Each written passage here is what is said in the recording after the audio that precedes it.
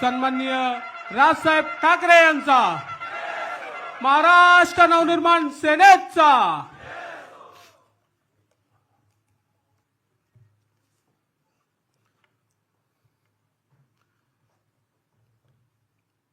Maharashtra Navnirman railway कामगार सेनेच्या सर्व आलेल्या सर्व पदाधिकारी,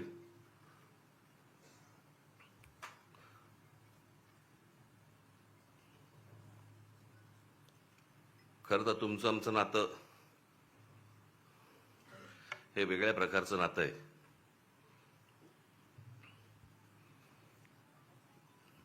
दोन 2008 रेल्वे भरतीच्या प्रकरणावरनं आंदोलन झालं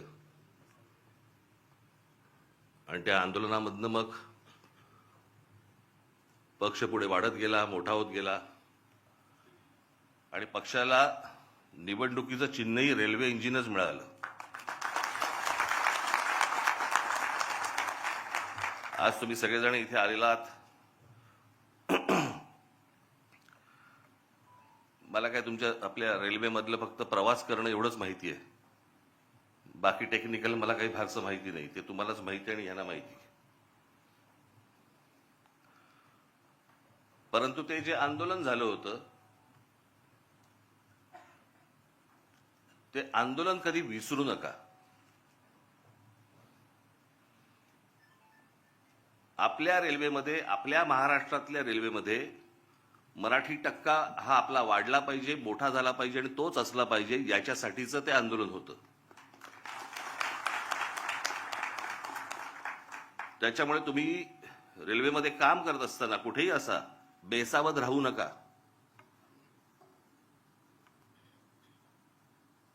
त्या सगळ्या आंदोलनामध्ये आपल्या अनेक महाराष्ट्र सैनिकांना, माझ्यावरती जवळपास 110 केसेस पडल्या. मलाही अटक झाली.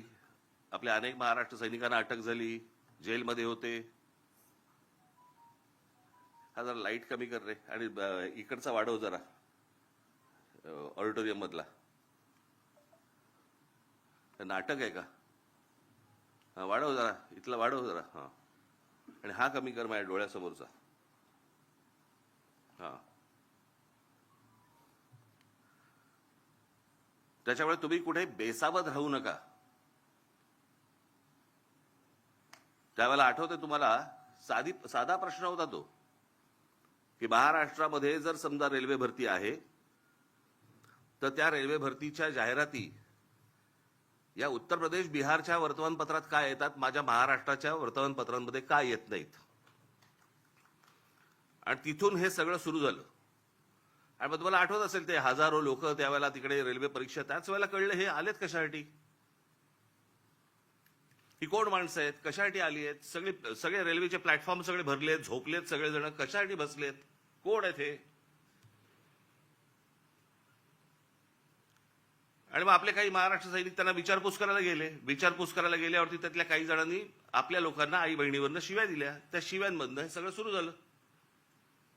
आणि तेव्हा कळलं की महाराष्ट्रामध्ये नोकऱ्या आहेत, महाराष्ट्रातल्या तरुणी ह्या वणवण फिरतायत नोकरीसाठी, आणि महाराष्ट्रातल्या नोकऱ्यांच्या जाहिराती या उत्तर प्रदेश, बिहारमध्ये येत आहेत आणि आपल्याला कल्पना नाही.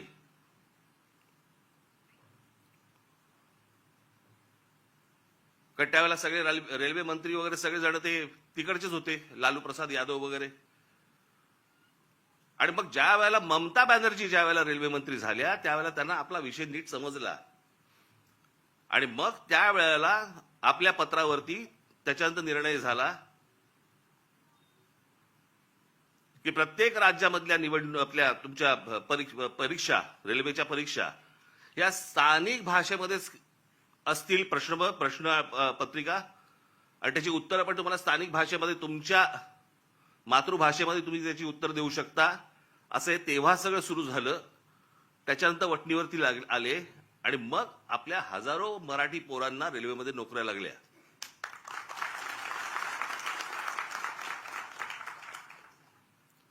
आज त्या सगळ्या गोष्टीला जवळपास 18 वर्ष झाली. पण हे कशासाठी झालं, का झालं, हे तुम्ही विसरता कामा नये. अनेक आपली आंदोलनं झाली. आज महाराष्ट्रामध्ये तुम्हाला मोबाईल फोन उचलल्यावरती पहिल्यांदा जे मराठीमध्ये ऐकू येतं ना, ते महाराष्ट्र नवनिर्माण सेनेच्या आंदोलनानंतर सुरू झालं. तोपर्यंत मोबाईलवरती फक्त हिंदी आणि इंग्रजी होतं.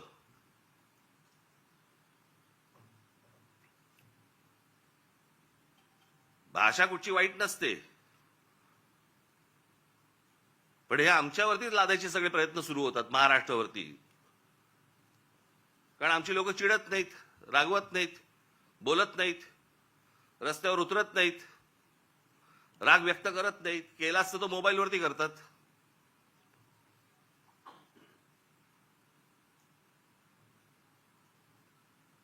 त्याच्यामुळे तुम्ही तुमच्या आपल्या रेल्वे स्टेशन्स असतील, रेल्वे भरती असेल, याच्यावरती तुम्ही लक्ष ठेवलं पाहिजे की प्लॅटफॉर्मवरचे स्टॉल्स कोणाला दिले जात आहेत, कोण भरती होत आहेत, कोण माणसं आहेत. बेसावध राहू नका. सतत जे सांगतो ना, पायाखालची जमीन एकदा सरकली गेली ना की परत नाही मिळत.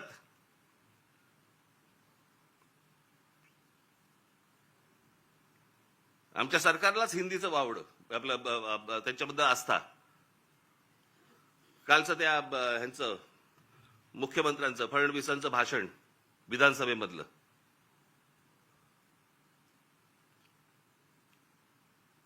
ते काय ते कुठला मिसिंग लिंक वरती म्हणे ते काय ते काय कोसळला, खांब कोसळला आणि पाणी सगळीकडनं येतंय, त्याचं म्हणे राजकारण करू नका. अरे वा, त्याच्यावर बोललं की राजकारण. मग इतकी वर्ष आपण काय करत होतात? दुसऱ्यांच्या सरकार जेव्हा होती दुसऱ्यांची, त्यावेळेला तुम्ही काय करत होतात? त्यावेळेला जी आंदोलनं झाली ते राजकारण नव्हतं. स्वतःच्या अंगाशी आल्यावरती ते राजकारण, विरोधकांचं राजकारण, असं कसं होईल? आणि काय म्हणतायत म्हणे, एक वेळ मला बोला पण महाराष्ट्राचा अपमान मी सहन करणार नाही. वा रे वा. लोक त्या मिसिंग लिंक बद्दलच बोलतायत, महाराष्ट्राचा कुठे अपमान करतायत? पण ते काय सगळं घेऊन जायचं म्हणजे ते वरपासून खालपर्यंत आता काय सवय लागली आहे.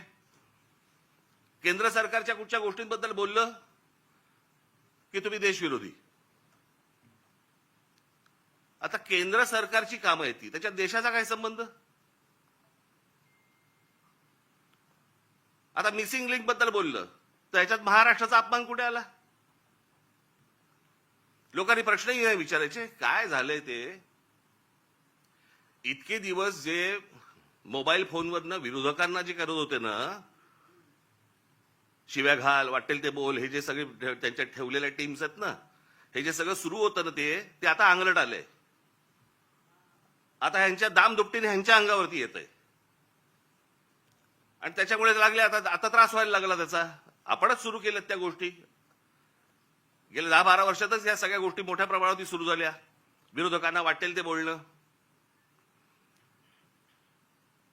विरोधकांना शिव्या घालणं, वाईट साईट लिहिणं, सगळ्या गोष्टीच्या सुरू झाल्या. हे तुम्ही बसवलेल्या टीमकडनंच सुरू झाल्या. आता तुमच्या अंगावरती येत आहे ते सगळं, आणि तुमच्या अंगावरती येत आहे म्हणून लगेच महाराष्ट्राचा अपमान. ह्याच्यात कसला आला महाराष्ट्राचा अपमान? राम मंदिराच्या चोरीबद्दल बोललो की म्हणे धर्माचा अपमान. अरे चोरी आहे ना ती, ह्याच्यात धर्म कुठे आला?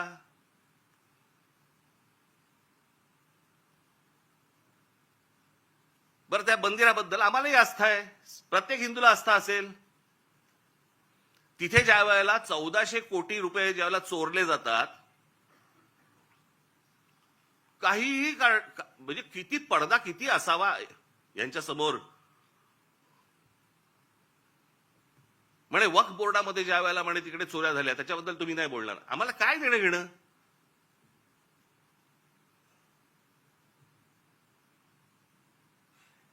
राम मंदिरामध्ये लोकांनी जे दानपेटीमध्ये टाकलं, जे श्रद्धेने त्या मंदिरासाठी दिलं, त्याची जर समजा चोरी होत असेल त्याच्याबद्दल बोलणार नाही, बोलायचं नाही.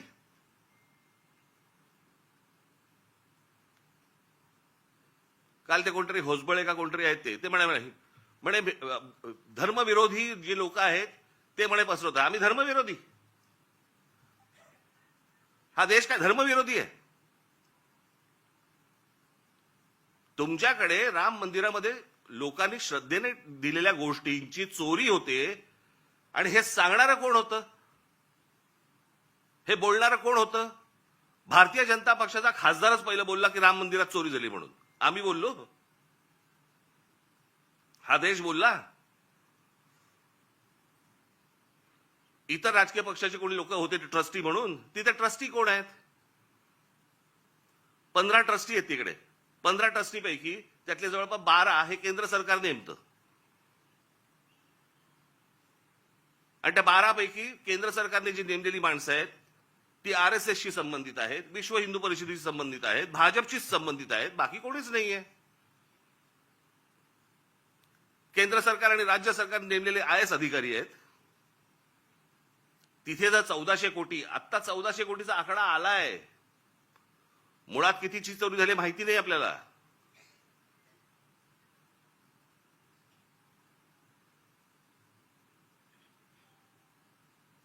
चोरी झाल्यावरती समजा असं पकडा, आत्ता दुसऱ्यांचं कोणातरी सरकार असतं आणि राम मंदिरामध्ये चोरी झाली असती, भारतीय जनता पक्षाने काय केलं असतं? RSSने काय केलं असतं? विश्व हिंदू परिषदेने काय केलं असतं? मोर्चे काढले असते, सगळ्या गोष्टी केल्या असत्या. त्याच्यात नाही राजकारण. आता तुमची सत्ता आहे म्हणून विरोधकांनी केलं की त्याच्यामध्ये राजकारण आणू नका म्हणे. आता त्या मिसिंग लिंकचं झालं, यांचा एक मंत्री म्हणतो ते नैसर्गिक आहे, ती गोष्ट नैसर्गिक आहे, त्याच्यामध्ये राजकारण आणू नका. हे लक्षात ठेवा. हे तुम्ही काय अमरपट्टा घेऊन आलेला नाही आहात. उद्या तुम्ही विरोधी पक्षात जाल आणि ज्यावेळेला अशा काही घटना घडतील तेव्हा तुम्ही राजकारण करू नका. तेव्हाही सांगा लोकांना की नाही नाही नैसर्गिक आहे. एक झाड पडून काय मुलगा जातो, काय माणूस जातो, एक मुलगा शाळेमधला मुलगा गटारात काय पडतोय, काय नाही म्हणे, नैसर्गिक आहे. नैसर्गिक? तुमचं सरकार आहे म्हणून सगळं नैसर्गिक, त्याच्यावर राजकारण करू नका, त्याच्यावर कोणी बोलायचं नाही. दुसऱ्या पक्षांची सरकार असली की हे यांचं राजकारण सुरू करणार. हा कुठचा प्रकार? त्या मिसिंग लिंकचं बाबा तिथे नशीब माणसं नाही मेली.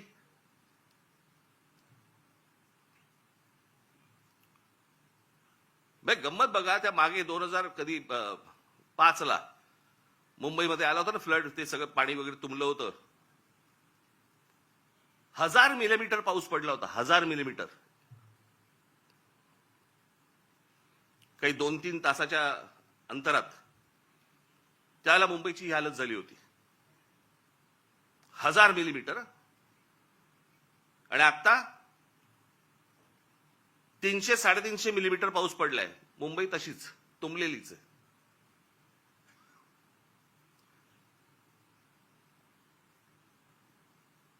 तेव्हा वारे बाप वाटेल ते बोलायचे, वाटेल ते सगळी आंदोलनं करायची, पैसे खाल्ले, हे केलं ते केलं, तेव्हा राजकारण नाही. आता मुंबई तुंबली नाही, नैसर्गिक आहे.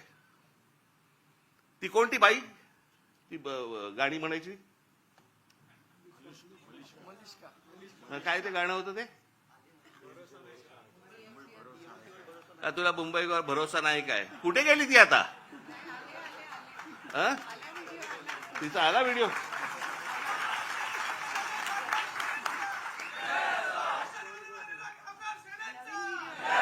नवीन व्हिडिओ आहे का, जुनाच टाकलाय?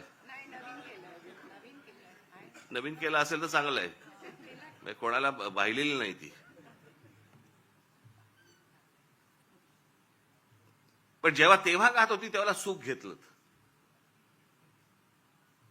आता दुसरे जेव्हा बोलायला लागले त्यावेळेला त्रास व्हायला लागला. आता मला दुसरं कळलं नाही. मला मुख्यमंत्र्यांचं विधानसभेतलं भाषण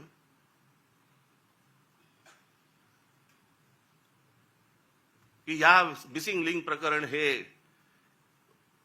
उत्तम दर्जाचं ते काय काय कन्स्ट्रक्शन आहे वगैरे वगैरे सगळं झालं आणि ह्याचं जर समजा कोणी राजकारण करत असेल आम्ही बघून घेऊ त्याला. मुख्यमंत्री आहेस ना तू,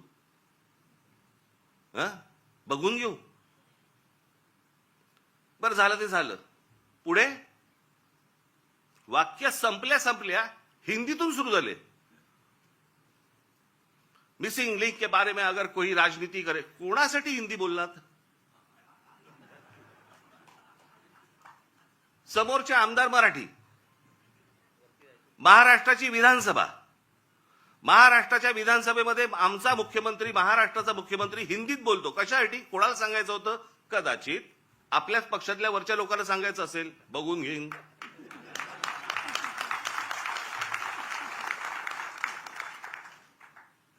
त्यांनाही माहिती आहेत हे सगळे व्हिडिओ येत आहेत कुठून, हे सगळं काय चालू आहे राजकारण. मी त्याशी बोललो नाही का, माझ्या पत्रकार परिषदेमध्ये बोललो ना. जी काय घमासान सुरू आहे ना आता तिकडे पक्षामध्ये, फक्त बघत राहा, पाहत राहा. मुंबई महाराष्ट्राचा, ठाण्याचा काय विचका झालाय, पुण्याचा, सगळ्यांचा शहरांचा विचका झालेला आहे, ज्याला हे विकास म्हणतायत. मी ह्या विषयावरती इतकी वर्ष बोलतोय मी की आपल्याकडे डेव्हलपमेंट प्लॅन येतो, परंतु टाउन प्लॅनिंग आपल्याकडे होत नाही आणि त्याचा ही शहरच सगळी बर्बाद होणार आहेत, झालेलीच आहेत, अजून होणार. बघावं तिकडे सगळीकडे इमारती सगळ्या उभ्या राहत आहेत.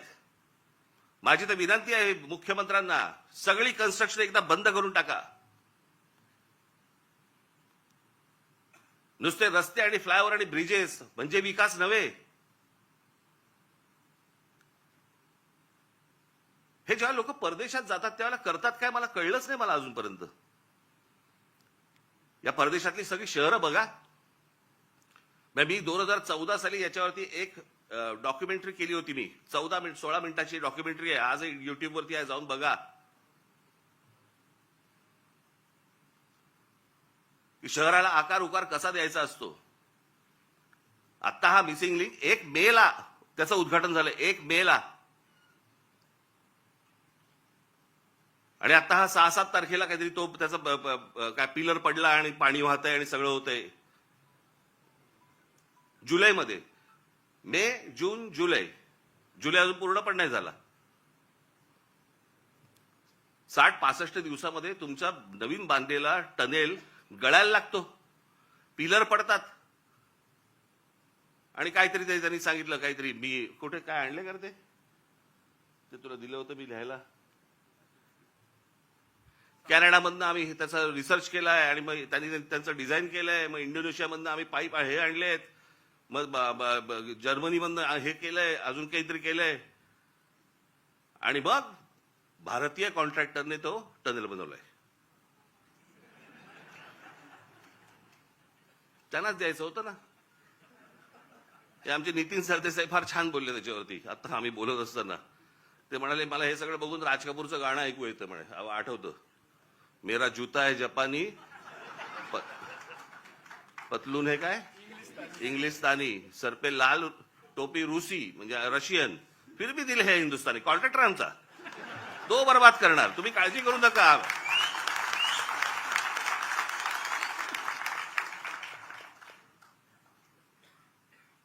मध्यंतरी कंत्राटदारांचे व्हिडिओ आले होते. कंत्राटदार सांगतायत आपल्या महाराष्ट्रामधली मराठी मुलं मुली जे नव्याने कंत्राटदार झाले त्यांना किती म्हणे, तर जे कंत्राट मिळतं त्यातलं जवळपास 56% पैसे द्यावे लागतात म्हणे, वाटावे लागतात, चारावे लागतात. 56%. भाई ज्याच्यासाठी काम काढलंय ते काम त्यांनी 44% करायचं. तुम्हाला असेच रस्ते मिळणार, असेच खड्डे मिळणार.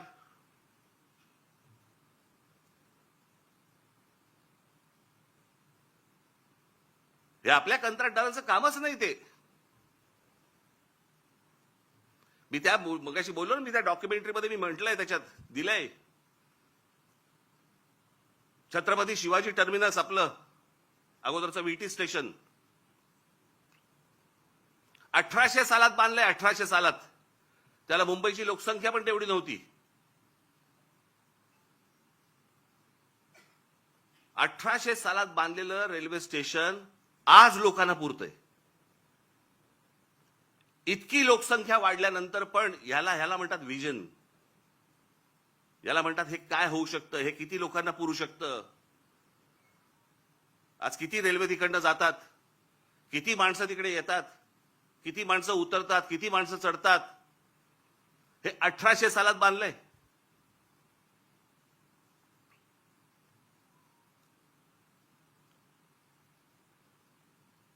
अमेरिकेमधली एम्पायर स्टेट बिल्डिंग, म्हणजे किती उदाहरणं द्यायची हो जगामधली तुम्हाला.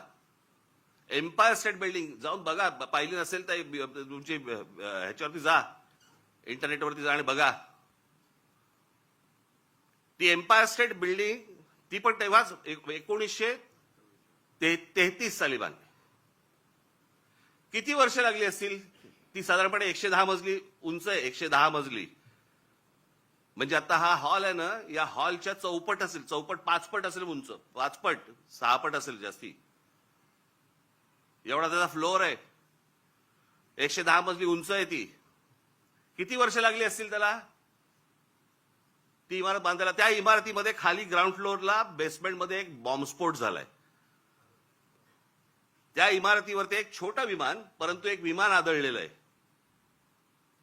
आजही ती ताठ मानेने उभी आहे इमारत. एम्पायर स्टेट बिल्डिंग किती वर्षात बांधली? 14 महिन्यात. 14 महिन्यात बांधलेली इमारत आहे ती.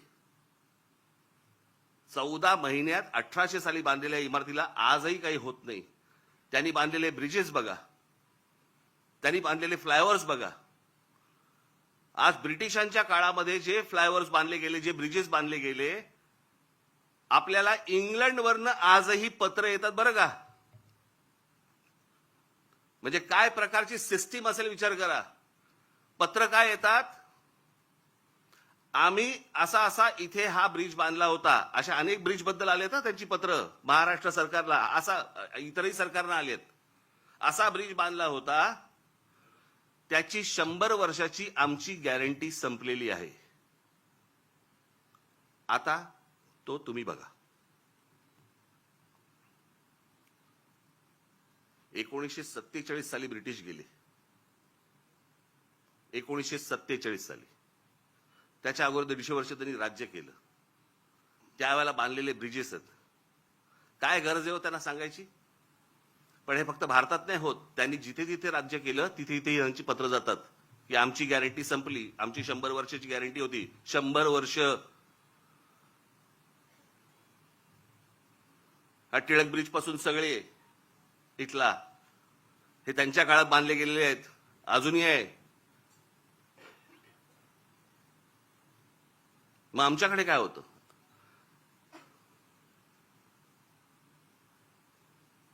आमच्या रस्त्याला का खड्डे पडतात? बरं, ज्यांनी रस्ते बांधायचे आहेत ते आमचे नितीन गडकरी, ट्रान्सपोर्ट मिनिस्टर. म्हणजे पेट्रोलमध्ये इथेनॉल घातलं पाहिजे आणि मग ती गाडी कशी चालेल? आणि अरे पेट्रोलियम मंत्री बोलेल ना त्याच्यावरती.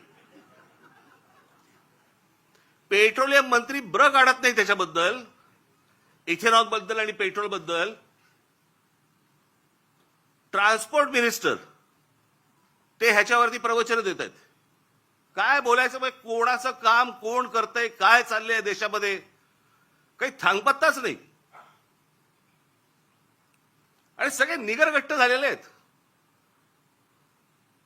परवा दिवशीच मी एका पत्रकाराला बोललो, म्हटलं चायला, म्हटलं असं झालेलं आहे, म्हटलं सरकारला परसाकडे साफ होते, आपणच कुंथत बसलोय. आपल्यालाच त्या सगळ्या गोष्टींचं वाईट वाटतं. हे काय चाललंय?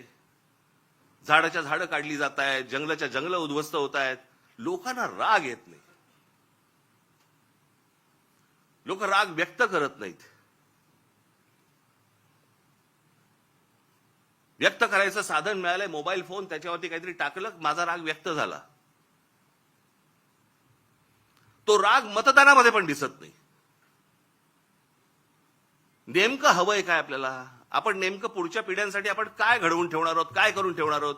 मला कोणाची सत्ता आहे कोणाची सत्ता नाही, मला ह्याच्याशी कर्तव्य नाहीये. आज भारतीय जनता पक्षाची सरकार आहे, चांगलं काम करावं. वाईट केलं बोलणार आम्ही,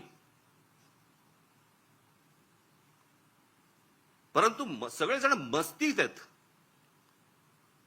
त्यांच्या देशीचा एक आमदार, त्याला विचारलं काय चाललंय, म्हणे काल म्हणे झाड पडलं ना ते, त्याच्यात एक माणूस गेला, ते त्याच्यावरती चर्चा झाली.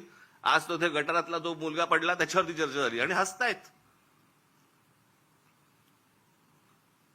भावना शून्य, आणि भावना शून्य एवढ्यासाठीच कारण तुम्हाला किंमत नाही. आमच्याकडे काय चालू आहे? आमच्याकडे शहरं कशी वाढतायत, शहरं कशी मोठी होत आहेत, आमच्या पुढच्या पिढ्यांसाठी आम्ही काय करून ठेवतोय, कसली चिंता नाही, कसलं काही नाही, विचार नाही. खासदार फोडता येतोय का, आमदार फोडता येतोय का, नगरसेवक फोडता येतोय का, आमची सत्ता टिकतेय का, याच्यावरती फक्त आमच्याकडे महाराष्ट्रात चर्चा सुरू आहे.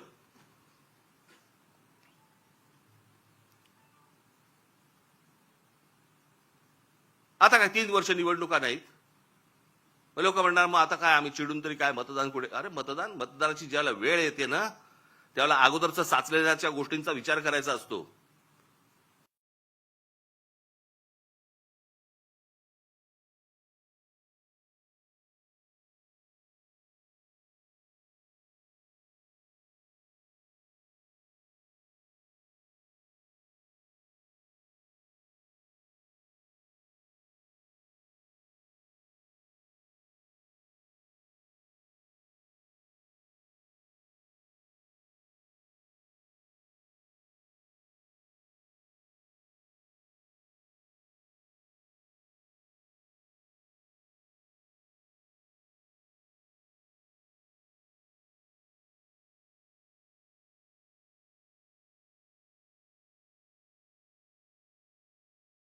वाईट काय, या गोष्टींवरती तुमचं मतदान झालं पाहिजे.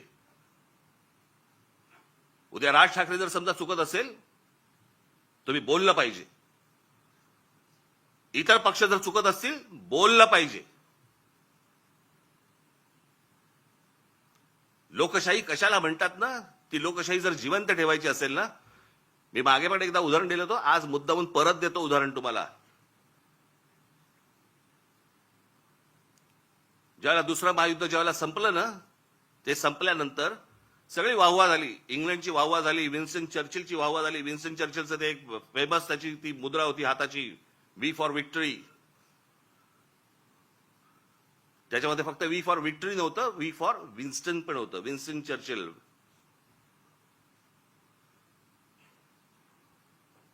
पण वी फॉर विक्टरी हा खास संदेश होता त्याच्यात. आणि जगामध्ये प्रचंड की विन्स्टन चर्चिलने या सगळ्या गोष्टी केल्या. 8 महिन्यांनी निवडणुका झाल्या आणि 8 महिन्यांनी निवडणुका झाल्यानंतर विन्स्टन चर्चिल आणि त्यांचा पक्ष हरला. इंग्लंडमध्ये विन्स्टन चर्चिल आणि त्यांचा पक्ष हरला. ज्याच्या नावावरती दुसरं महायुद्ध जिंकून दिल्याची गोष्ट होती, तो 8 महिन्यानंतर निवडणुकीमध्ये हरला. पत्रकारांनी ज्यावेळेला लोकांना प्रश्न विचारले की या माणसाने असं एवढं युद्ध जिंकून दिलं, एवढी तुम्ही वाहवा केली, एवढं त्याला डोक्यावरती घेतलं आणि निवडणुकीला तो हरला कसा काय?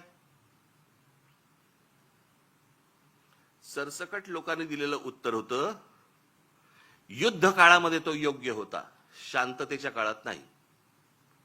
हे समजायला अक्कल लागते, याला समजायला. याला लोकशाही म्हणतात. चांगल्या गोष्टींसाठी काय असू शकतं, वाईट गोष्टींसाठी काय असू शकतं, चांगल्या गोष्टीत कोण काम करू शकतं, हे समजणारा समाज लागतो. मी नेहमी सांगतो ना की नुसतं शिक्षण घेऊन उपयोगाचं नसतो, शिक्षित असून उपयोगाचं नाही, माणूस सुज्ञ असावा लागतो.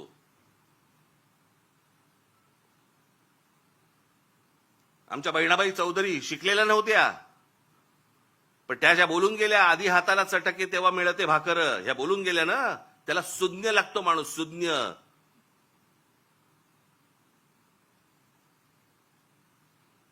आणि ज्या देशामधला समाज सुज्ञ असतो त्या देशामध्येच प्रगती घडते. काय योग्य काय अयोग्य हे कळणं. नाही तर आम्ही आपल्या सकाळी उठायचं, कामावर जायचं, तेही जातात कामावर. जगामधला प्रत्येक माणूस कामावर जातो पण विचार करतो. आपण जर या गोष्टींचा विचार नाही केला कसं होणार मला जरा सांगा.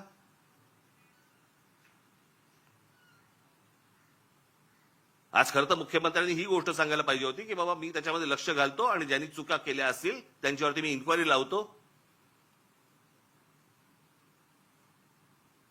ते राहिलं बाजूला.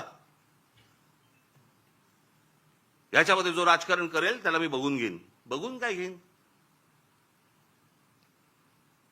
सुसंस्कृत महाराष्ट्राचा मुख्यमंत्री आहे, विधानसभेमध्ये बघून घेईनची कुठची भाषा आली?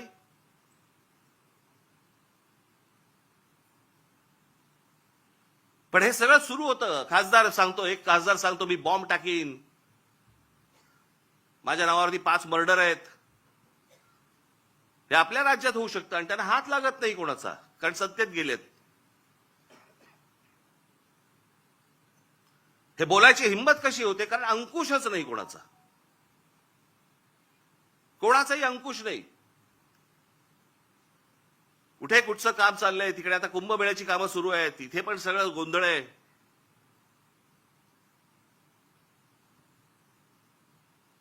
हे जे काय महाराष्ट्रामध्ये चालू आहे, बाबांनो तुम्ही लक्ष ठेवलं पाहिजे, तुम्ही बोललं पाहिजे.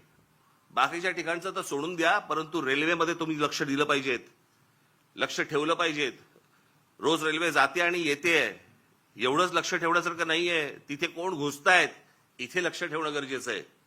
कोण येतंय, कोण स्टॉल्स टाकतंय, कुठच्या प्रकारची टेंडर्स निघतायत, कुठच्या प्रकारच्या नोकऱ्या निघतायत. स्टॉलची उद्या टेंडर्स निघाली तर ती आपल्या मराठी मुलांना मिळाली पाहिजेत, प्रत्येक स्टेशनला मिळाली पाहिजेत.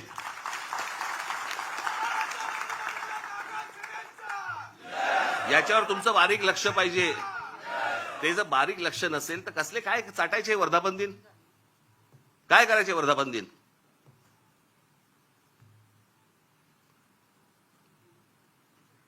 म्हणून मी आपल्याला आज या वर्धापन दिनाच्या दिवशी फक्त तुम्हाला एकच तुम्हाला सांगायचंय, जागे राहा, सतर्क राहा, बेसावध राहू नका. आपला मराठी ठसा महाराष्ट्राच्या रेल्वेमधनं पुसला जाणार नाही याच्यासाठी काम करा. धन्यवाद. जय हिंद, जय महाराष्ट्र.